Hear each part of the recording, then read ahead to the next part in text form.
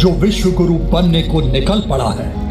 अब समुद्र से अंतरिक्ष तक एक नया इतिहास रच रहा है।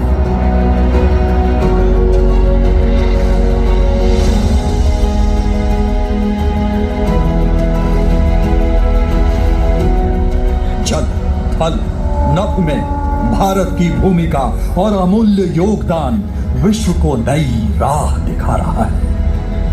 भारत का भरोसा अब सपने देखने में नहीं, अब उसे साकार करने में है।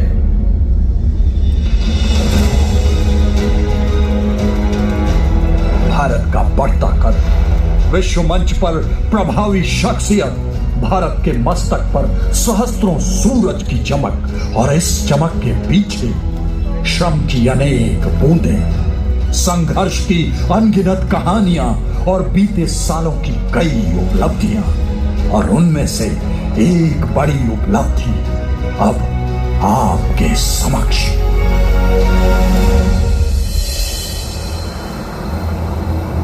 आज से कई दशक पहले की बात है। हमारी पूर्वी सरहद के उस पार काला घना अंधेरा छाया था। इंसानियत की हद पार हो चुकी थी। मानवता सवाल उठा रही थी, चीख रही थी, चिल्ला रही थी, हमसे पूछ रही थी कि ये काले बादल कब छटेंगे, इस अंधेरी रात का सूर्य कब उदय होगा, क्या कभी इस काली रात का अंत होगा। और फिर हमारे देश ने इस जघन्य अपराध के खिलाफ खड़े होने का फैसला किया। अपने पड़ोसी मुल्क, जिसे आज हम बांग्लादेश के नाम से जानते हैं, उस देश की आजादी के लिए खुद जंग के मैदान में उतरने का निर्णय लिया। घमासान युद्ध हुआ, ऐसा युद्ध जिसने इतिहास रच दिया। यह था 1971 का मुक्ति युद्ध, जिसका एकमात्र मकसद था पूर्वी पाकिस्तान की विवश तड़पती अवाम को आजादी दिलाना। कैसे हुआ यह मुमकिन? इस निर्णायक युद्ध में भारत की क्या भूमिका रही? आइए शुरू से शुरू करते हैं और 1971 के इस मुक्ति युद्ध की बारीकियों पर नजर डालते हैं।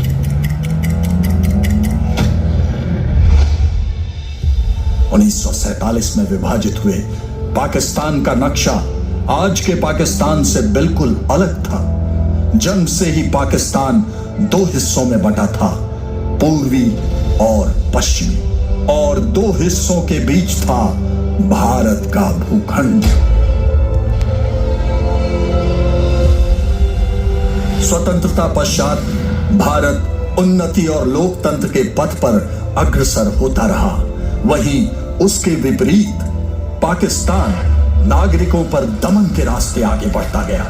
भाषा और धर्म पर आधारित विघटनकारी नीतियों का सहारा लेकर तानाशाही रवैया अपनाता रहा, जिससे पूर्वी पाकिस्तान में हिंसा और उपद्रव का माहौल बनता गया।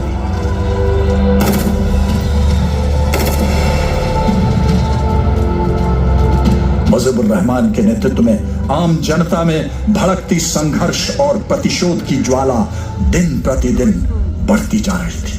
তোমাদের যা কিছু আছে তাই নিয়ে প্রস্তুত থাকো। মনে রাখবা, রক্ত যখন দিয়েছি, রক্ত আরো দেব। এই দেশের মানুষকে মুক্ত করে ছাড়বো ইনশাআল্লাহ।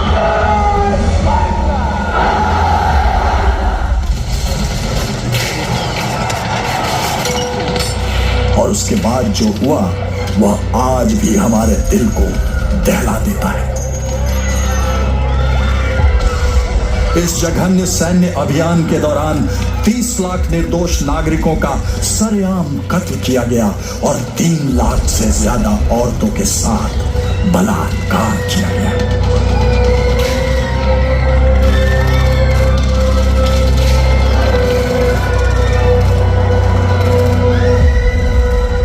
बांग्लादेश की प्रताड़ित और सहमी हुई जनता अपना देश घर बार छोड़कर भारत में शरणार्थियों का जन सैलाब बनकर उमड़ पड़ी। और इस भयानक संकट के बीच साहस, संवेदना और मानवता का उदाहरण बने भारत के लोग शरणार्थी कैंपों में डॉक्टर, नर्स, मानवाधिकार संगठनों और आम नागरिक समाज का हर अंग उन्हें इस बड़े संकट से उबारने के लिए पूर्णतः प्रयासरत था। पाकिस्तानी सेना की क्रूरता और विनाश के खिलाफ अकेले रक्त रंजित संघर्ष में जूझती जनता को उम्मीद की एकमात्र किरण भारतीय जनता और भारतीय सरकार ने प्रदान की। इस गंभीर मुद्दे पर अंतर्राष्ट्रीय समुदाय मूक था, पर श्रीमती इंदिरा गांधी इस नरसंहार को होते देख चुप नहीं रह सकती थी और राष्ट्रीय सुरक्षा भी चिंता का विषय बन चुका था। उन्होंने थल सेनाध्यक्ष के साथ कैबिनेट की मीटिंग बुलाई। उस समय भारतीय सेना का नेतृत्व कर रहे थे जनरल सैम मानेकशॉ। मैं आपको पूर्वी पाकिस्तान में भेजना चाहती हूं। This means war. इसका मतलब है युद्ध। इस वक्त यह उचित कदम नहीं होगा। हमें लड़ाई की तैयारी के लिए समय चाहिए और बरसात के मौसम में पूर्वी पाकिस्तान की नदियों में उफान आने की वजह से क्रॉस कंट्री मूवमेंट लगभग नामुमकिन होगी। सेना कब तक तैयार हो जाएगी? अगर हमें आवश्यक सामान और उपकरण मिल जाते हैं तो सशस्त्र सेनाएं 15 नवंबर 1971 तक पूरी तरह से तैयार हो जाएगी। और यूं एक तरफ भारतीय सेना के तीनों अंग युद्ध की तैयारी में लग गए, वहीं भारत सरकार ने मुक्ति वाहिनी की मदद करना शुरू कर दिया। यह वही विद्रोही बल मुक्ति वाहिनी था जिसका गठन पाकिस्तान की बर्बरता के खिलाफ और अपनी स्वतंत्रता के लिए हुआ था। कर्नल एम.ए.जे. ओस्मानी के नेतृत्व में मुक्ति वाहिनी ईस्ट बंगाल राइफल्स के नियमित ऑफिसर और जवानों पर केंद्रित होकर तैयार किया गया। भारतीय सेना ने 2 डिवीजन साइज फोर्स नियमित और तकरीबन 50,000 अनियमित गोरिल्ला को रिकॉर्ड समय में गठित और प्रशिक्षित किया। मुक्ति वाहिनी ने भारतीय सेना और सीमा सुरक्षा बल की चौकियों की मदद से सैन्य अभियान शुरू कर दिया। गोरिल्ला युद्ध नीति को अपनाते हुए उन्होंने बंदरगाह, पावर प्लांट, उद्योग केंद्र, रेलवे और गोदामों जैसे पश्चिमी पाकिस्तान नियंत्रित स्थानों पर घात लगाकर छापामारी कर तहस नहस कर दिया। वहीं पाकिस्तानी भी अपनी तैयारी बढ़ चढ़कर कर रहे थे। पूर्वी पाकिस्तान की सुरक्षा के लिए उन्होंने भारत के साथ लगे तमाम सीमावर्ती इलाकों के प्रमुख शहरों और कस्बों को किले की तरह मजबूत बनाया और बांग्लादेश में घुसने के तमाम सड़कों पर सेना की मजबूत मोर्चाबंदी की। एक तरफ भारत में सैन्य तैयारी चल रही थी और दूसरी तरफ वहां पूर्वी पाकिस्तान में मुक्ति वाहिनी पाकिस्तानी सेना पर घात लगाकर हमला कर उनके लड़ने की इच्छा को लगातार क्षीण कर रही थी। फेनी बेलोनिया बल्ज 16 किलोमीटर लंबा, 4 से 6 किलोमीटर चौड़ा, 3 दिशाओं से भारतीय क्षेत्र से घिरा बांग्लादेश का एन्क्लेव, इलाके का मुख्य सप्लाई लाइन, चिटागोंग से राजधानी ढाका की लाइफ लाइन। बेलोनिया बल्ज की तीनों लड़ाई बंगाली अवाम की वीरता, युद्ध कौशल और बलिदान का प्रतीक है। इस लड़ाई ने दुनिया को बता दिया कि जिन दिलों में मुक्ति की मशाल जल रही हो उनका वजूद गोलों, बंदूकों और तोपों से मिटाया नहीं जा सकता। धैर्य खोते हुए याहिया खान ने पाकिस्तान में आपातकाल की घोषणा कर दी और 3 दिसंबर की रात को कई भारतीय ठिकानों पर हवाई हमले करने शुरू कर दिए और यूं हो गया युद्ध का आगाज। और भारत ने तुरंत जमीन, हवा और समुद्र के रास्ते पाकिस्तान पर जवाबी हमला किया।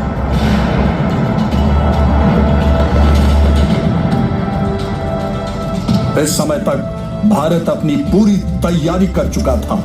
भारत सरकार ने बहुत ही स्पष्ट युद्ध की रणनीति बनाई और युद्ध का स्पष्ट उद्देश्य था बांग्लादेशी अवाम को आजादी दिलाना।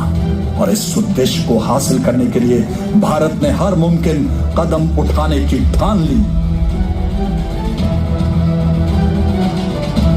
भारतीय सशस्त्र सेना के तीनों अंगों के कमांडरों ने यह तय किया कि पश्चिमी सीमा पर भारतीय सेना मजबूती से मोर्चा संभालेगी और आक्रामक तरीके से अपनी मातृभूमि की रक्षा करेगी। पूर्व की तरफ थल सेना, जल सेना और वायु सेना अपने आपसी सामंजस्य से बहुत तेजी से आक्रमण कर बांग्लादेश के बीचों बीच स्थित ढाका तक संपूर्ण इलाके पर अपना कब्जा बनाएगी और दुश्मन को पूरी तरह बर्बाद कर देगी।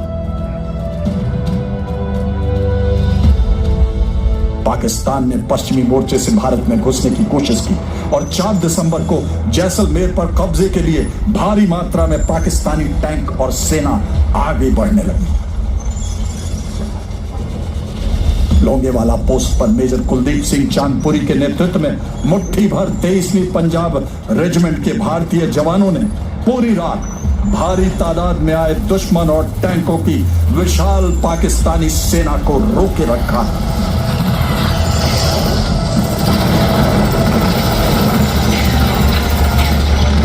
सूरज की पहली किरण के साथ ही भारतीय वायुसेना के विमानों ने लोंगेवाला के रेगिस्तान को पैटर्न टैंक के कब्रिस्तान में तब्दील कर दिया।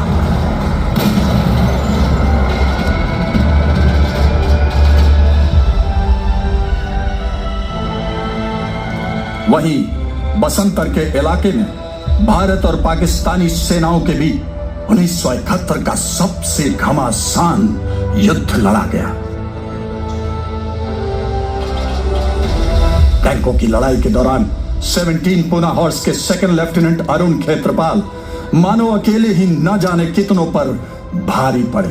वे निडर अपने टैंक में आगे बढ़ते रहे और दुश्मनों के टैंकों को एक के बाद एक तबाह करते गए। जब वे खुद दुश्मन के टैंक के निशाने पर आए तो उन्हें टैंक छोड़कर जाने का आदेश मिला, पर वे डटे रहे और अपनी आखिरी सांस तक लड़ते रहे।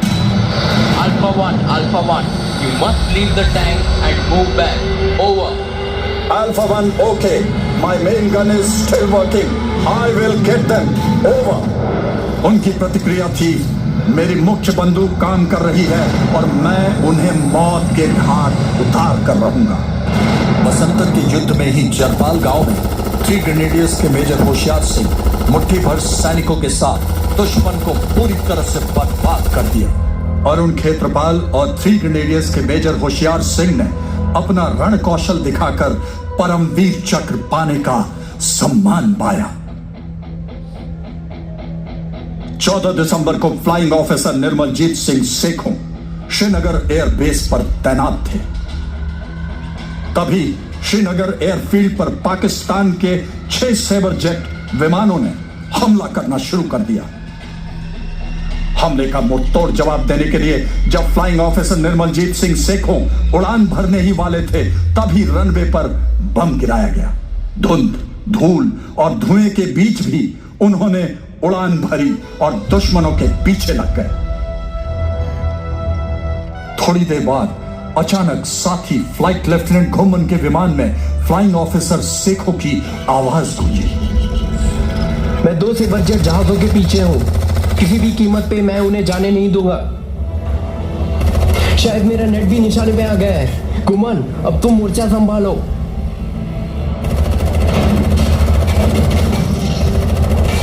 इसी संदेश के साथ फ्लाइंग ऑफिसर निर्मलजीत सिंह सेखों वीर गति को प्राप्त हुए। उन्होंने दुश्मन के 2 सेबर जेट को मार गिराया और दुश्मन के श्रीनगर एयरबेस को बर्बाद करने के मंसूबों को नाकाम कर दिया। अद्भुत साहस, अकल्पनीय युद्ध कौशल और जाबाजी के लिए उन्हें मरणोपरांत परमवीर चक्र से सम्मानित किया गया। भारतीय वायुसेना में परमवीर चक्र पाने वाले वो पहले सैनिक बने। वहीं भारतीय नौसेना ने समुद्र में वर्चस्व की कहानी रची।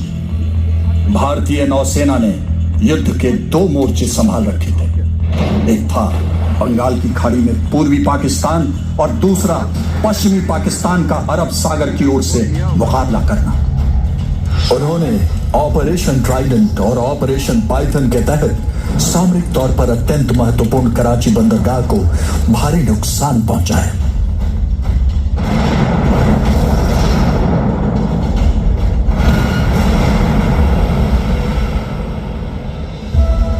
इन ऑपरेशंस के दौरान भारतीय नौसेना के जवानों ने अदम्य साहस का परिचय दिया।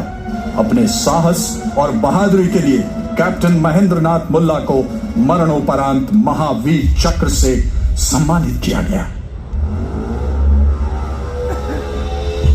मुक्ति वाहिनी के नौसेना अंग ने पश्चिमी पाकिस्तानी नौसेना के समुद्री रास्ते से आने वाले रसद, मंगला, चिटागोंग, चांदपुर, नारायणगंज में मौजूद जलयान को डुबोकर हमेशा हमेशा के लिए महासागर के हवाले कर दिया।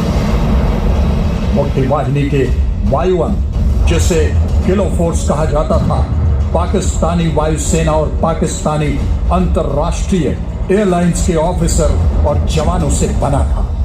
भारतीय वायुसेना द्वारा दी गई कुछ जहाजों की मदद से वे जमीनी लड़ाई में कारगर मदद देने में सफल रहे।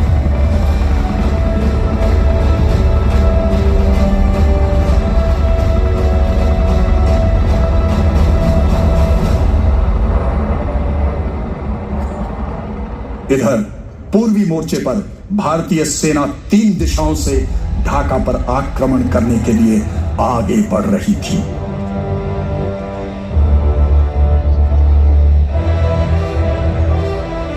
कोलकाता स्थित पूर्वी कमान के commander lieutenant general Jagjit Singh Arora ने पूर्वी युद्ध क्षेत्र को 4 सेक्टरों में बांटा था।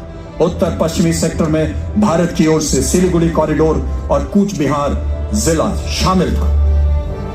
लेफ्टिनेंट जनरल एमएल थापन के नेतृत्व में 33 कोर को रंगपुर, राजाशाही और बोगरा के क्षेत्र द्वारा सैन्य उद्देश्य पूरा करना था।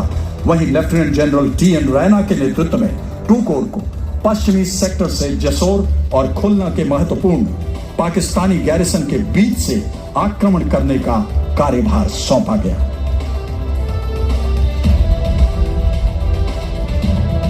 चिटागोंग पहाड़ियों से कॉक्स बाजार के तटीय क्षेत्रों, सिलहट और कोमिला के मैदानों तक के सबसे बड़े क्षेत्र को कवर करते हुए भारतीय सेना के आक्रमण के मुख्य प्रहार की जिम्मेदारी 4 कोर के commander lieutenant general Sagat Singh को दी गई। 101 कम्युनिकेशन जोन को मजबूत कर उत्तरी ओर से जमालपुर और मायमन सिंह के क्षेत्रों से आगे बढ़ने का काम सौंपा गया था।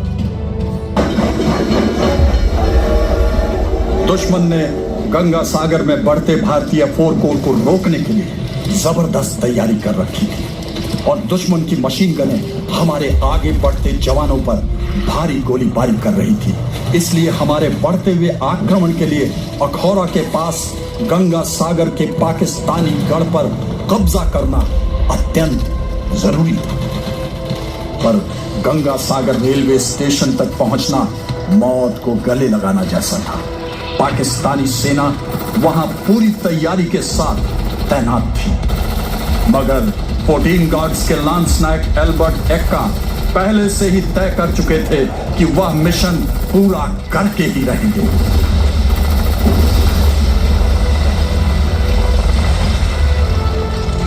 दुश्मनों की मशीन गनों और बंकरों को निशाना बनाते हुए वो वीर गति को प्राप्त हुए और उन्होंने ईस्टर्न थिएटर का अकेला परमवीर चक्र पाने का सम्मान पाया।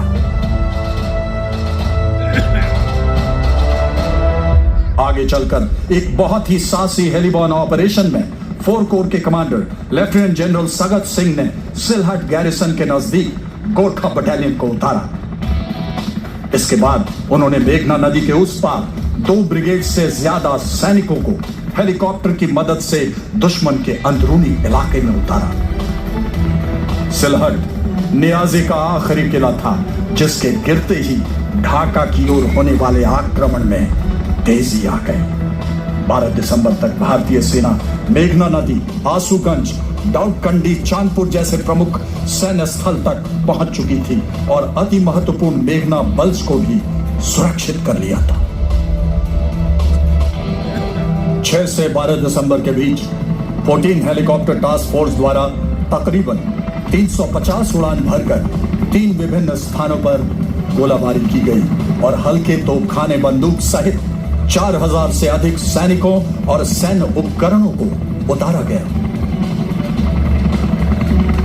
मेघना एयर ब्रिज ऑपरेशन की सफलता संयुक्त तौर पर लड़ने की क्षमता का अनुकरणीय एवं ऐतिहासिक उदाहरण है। 11 दिसंबर को 2 पैरा बटालियन के बहादुर सैनिकों द्वारा तंगैल में सफलतापूर्वक किए गए पैरा ड्रॉपिंग ने पाकिस्तानियों का हौसला तोड़ दिया। यह भारतीय सेना का सबसे बड़ा एयरबॉर्न ऑपरेशन था जिसमें 700 भारतीय पैराट्रूपर्स को पाकिस्तानी सेना के पीछे एयर ड्रॉप किया गया। 15 दिसंबर की शाम तक ढाका पूरी तरह से भारतीय सैनिकों से घिरा हुआ था। 14 दिसंबर की सुबह भारतीय इंटेलिजेंस सोर्सेज द्वारा जानकारी पाई गई कि ढाका के गवर्नर हाउस में पूर्वी पाकिस्तान की एक उच्च स्तरीय बैठक बुलाई गई है। केवल 15 मिनट के भीतर ढाका का आसमान भारतीय MiG-21 विमानों की आवाज से गरज उठा। विमानों ने गवर्नर हाउस के कॉन्फ्रेंस रूम पर बम बरसाकर उसे तहस नहस कर दिया। घबराए हुए पूर्वी पाकिस्तान के गवर्नर AM मलिक ने इस घटना के तुरंत बाद अपना इस्तीफा दे दिया। भारतीय वायुसेना द्वारा रचित यह मिशन मानो ईस्ट पाकिस्तान आर्मी के ताबूत में आखिरी कील बन गया। 16 दिसंबर को सैम मानेकशॉ ने मेजर जनरल JFR जैकब को नियाजी से मिलने ढाका भेजा।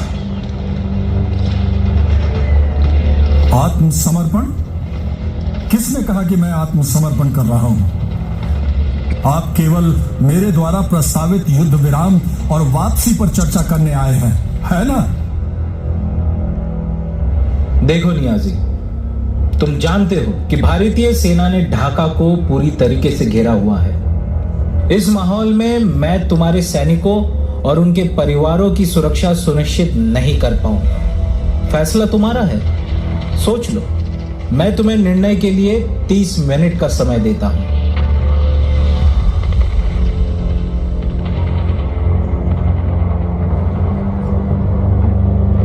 ये 30 मिनट नियाजी और जनरल जैकब दोनों के लिए ही इनकी जिंदगी के सबसे मुश्किल और सबसे महत्वपूर्ण 30 मिनट थे।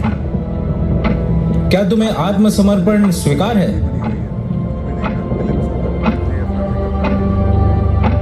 मैं तुम्हारी खामोशी को स्वीकृति समझता हूं। I take it as accepted. इस प्रकार एक युद्ध विराम को बड़ी आसानी से आत्मसमर्पण में बदल दिया गया। यह भारतीय सैनिकों की ओर से एक शानदार कदम था।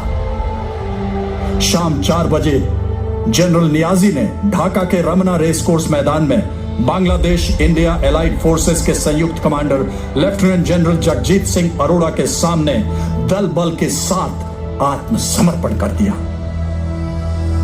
93,000 से अधिक पूरी तरह से सशस्त्र सैनिकों ने, जिनके पास 6 महीने लड़ने के लिए पर्याप्त गोला बारूद मौजूद था, बिना शर्त आत्मसमर्पण किया। यह दुनिया के इतिहास का सबसे बड़ा सरेंडर था।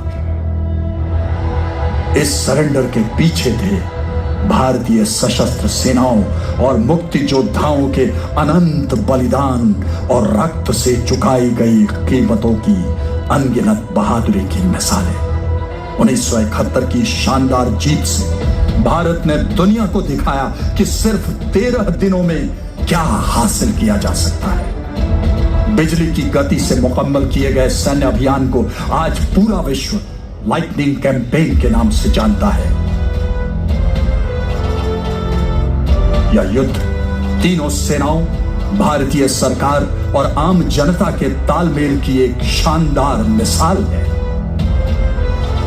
जहां मीडिया और पत्रकारों ने दुनिया के सामने पाकिस्तान के नापाक मंसूबों को बेनकाब करने में बहुत अहम भूमिका निभाई, वहीं भारतीय सेना ने मजबूत किले वाली पाकिस्तानी रणनीति को बेहतरीन मैनूवर वॉरफेयर स्ट्रैटेजी से परास्त किया।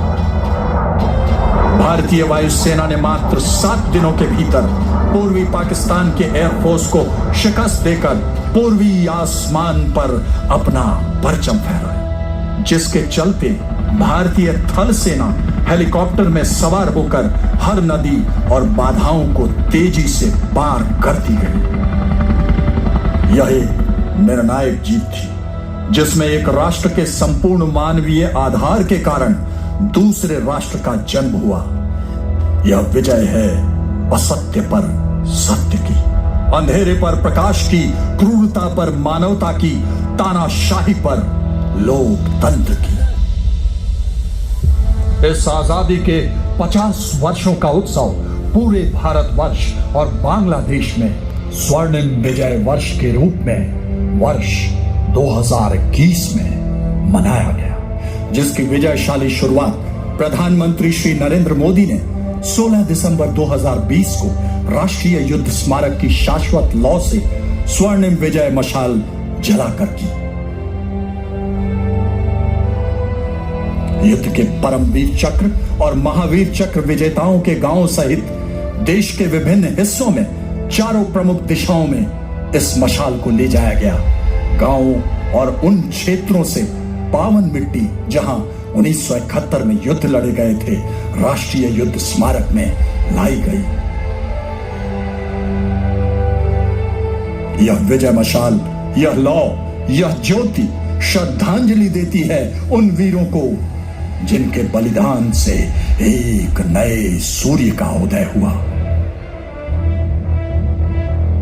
आज हम दोनों राष्ट्रों के अनंत तक रहने वाली मित्रता और प्रगाढ़ रिश्तों को और भी मजबूत करें। वे रिश्ते जो 1971 की निर्णायक जीत की बुनियाद है। इसी रिश्ते की मजबूती के साथ हम साथ साथ भविष्य की चुनौतियों का मिलकर सामना करने और प्रगति पथ पर साथ साथ आगे बढ़ने का निश्चय करते रहे। शत शत नमन है मुक्ति वाहिनी और भारतीय सशस्त्र सेना के उन बहादुरों को, जिन्होंने सिर्फ 13 दिनों में केवल इतिहास नहीं रचा बल्कि भूगोल बदल डाला।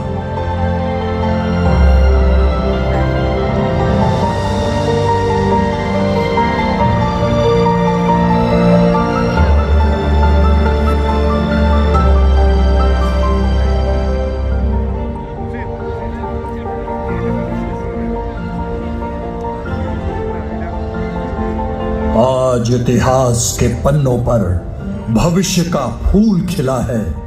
बांग्लादेश की पहली किरण सूर्योदय के प्रहरी से आ मिला है। इतिहास के पन्नों में हम एक साथ चले, युद्ध के माहौल में हम साथ साथ पले, आगे भी साथ साथ जाएंगे।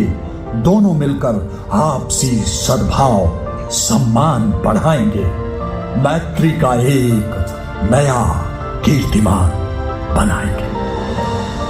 ये कनेक्टिविटी बांग्लादेश के साथ हमारी मैत्री, हमारे व्यापार की भी मजबूत कड़ी सिद्ध हो रही है। जय बांग्ला, जय Hind.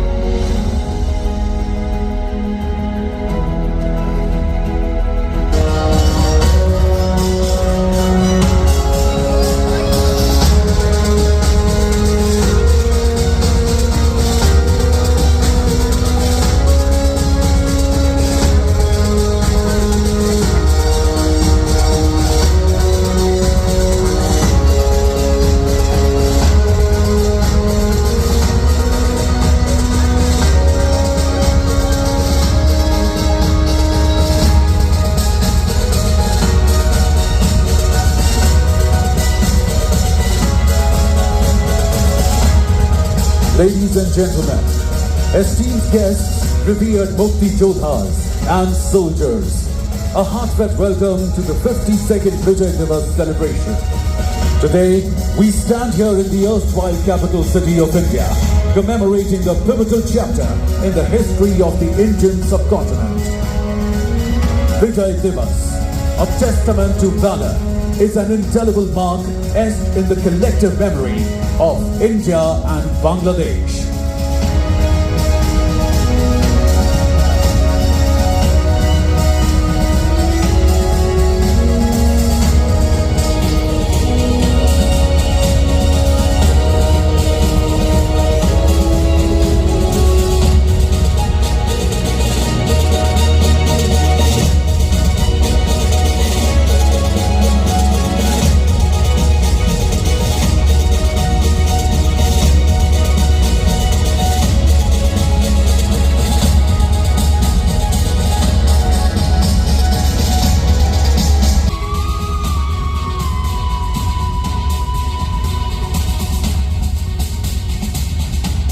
A journey back in time reveals the crucible of valor and glory that defines the Eastern Command.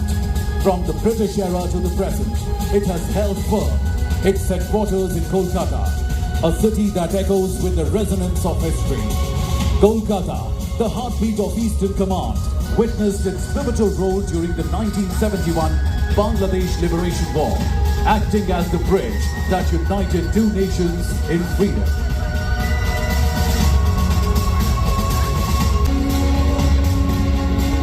Enter the Titan, Field Marshal Sam Hormuzji Friendly Jamshedji Manekshaw, popularly called as Sam Bahadur, luminary in military leadership. His indomitable spirit and leadership has shaped history. His words resonate. You should have to fight and fight to win. A guiding principle etched in the ethos of armed forces.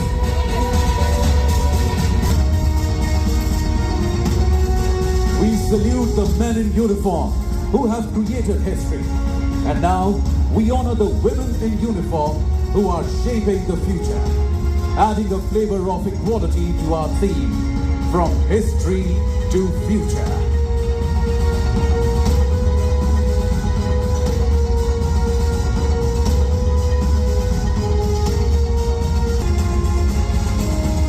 We now venture into the tactical brilliance of the Indian Army during the twilight of December 11, 1971. Parachutes adorned the sky as one of the largest airborne operations post-World War II was successfully conducted north of Tangail to secure Pungli Bridge.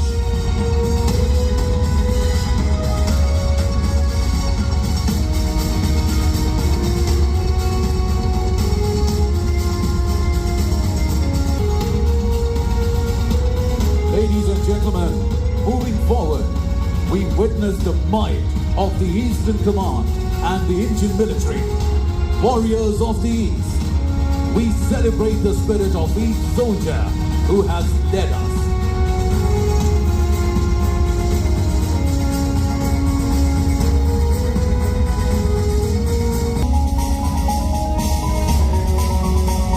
Enter the realm of Indian military operations, a saga of valor and sacrifice. Each mission stands as a testament to our forces' merit. These operations, etched in the tapestry of history, showcase the Indian military's unwavering commitment to protect and serve.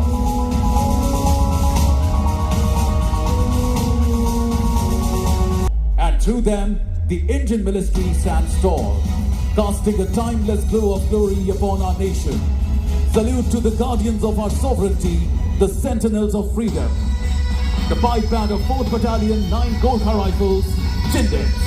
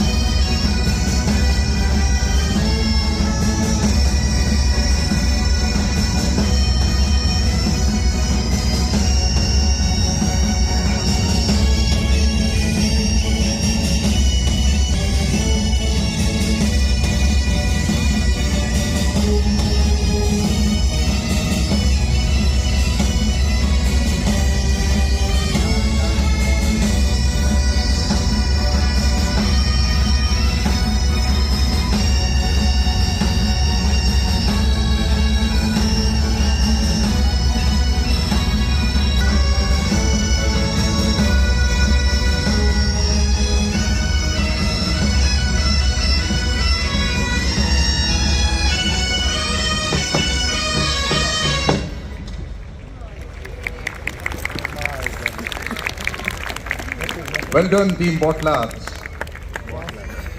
What an enticing show that was.